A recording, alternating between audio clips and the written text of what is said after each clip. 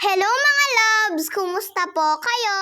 Nagluto po pala si mama ng lugaw kaninang umaga para po sa pang-almusal namin. Ito po kasi yung sinabi ko po kay mama na lutuin niya po. Nung hindi pa nga po natitimpla ni mama yung lugaw ay nagsali na nga po siya ng para po sa pinsan ko. Hindi po kasi pwede sa pinsan ko mga kalabs ang may timpla na pagkain. Lalong-lalo na nga po kung maalat. Dito na rin po pala sa bahay nag-almusal si nanang namin mga kalabs. Sinandukan na rin po pala siya ni mama mga kalabs para nga po sabay-sabay na po kaming kumain. Nagsarili na rin po palang sumubo yung pinsan ko dahil marunong naman na po siya. Nakakaawa nga po mga kalabs dahil pagtikim niya daw po sa pagkain niya ay wala nga daw pong lasa.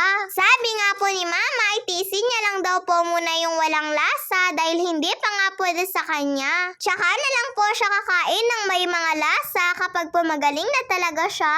Medyo nagmamanas pa rin po kasi yung paa niya mga kalabs. At kami pa rin po ni mama ang nagbabantay sa kanya dahil pumasok po sa trabaho yung mama niya. Si papa naman po niya ay hinatid niya nga po yung mama ng pinsan ko. At pagka-uwi niya ay nilabhan niya nga po yung mga damit nila. Kaya kami pa nga din po ni mama ang magbabantay sa kanya.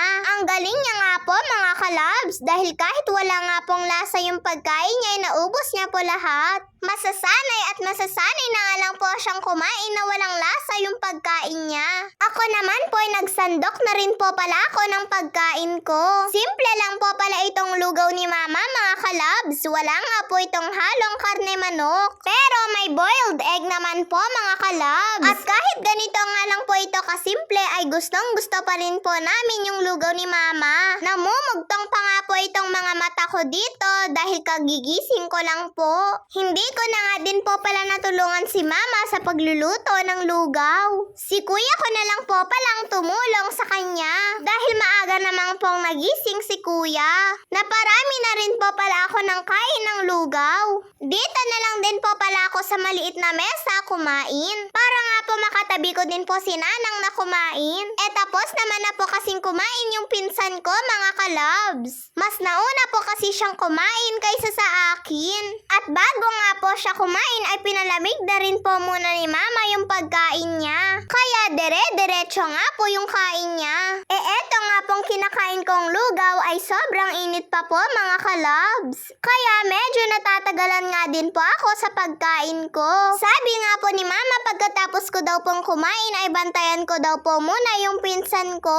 May pupuntahan lang daw po kasi sila saglit nila papa. Hindi po bale dahil nandito naman po si kuya pati po yung papa ng pinsan ko. At pagkatapos niya po palang kumain mga kalabs ay humingi naman po siya ng mais na binili po ng papa niya para sa kanya. Nung isang araw po niya kasing gusto na kumain ng mais. At nakadalawang piraso pa nga po siya ng mais. At kaninang tanghali ay pinatulog ko na po muna siya mga kalabs dahil kailangan niya nga pong matulog. Hindi pa nga po pala umuwi sila mama at papa dito. At pagkagising niya po pala mga kalabs, eto nga po't nilalaro-laro ko pa po silang dalawa ni Kulot. Kakauwi lang din po kasi nila Kulot pati po si nanay. Galing po kasi sila sa Tuaw. Dito po pala kami sa loob ng karton naglalaro. Sinamahan ko na nga po sila mga kalabs dahil gusto nga daw po nila akong kalaro. Bye-bye po mga kalabs!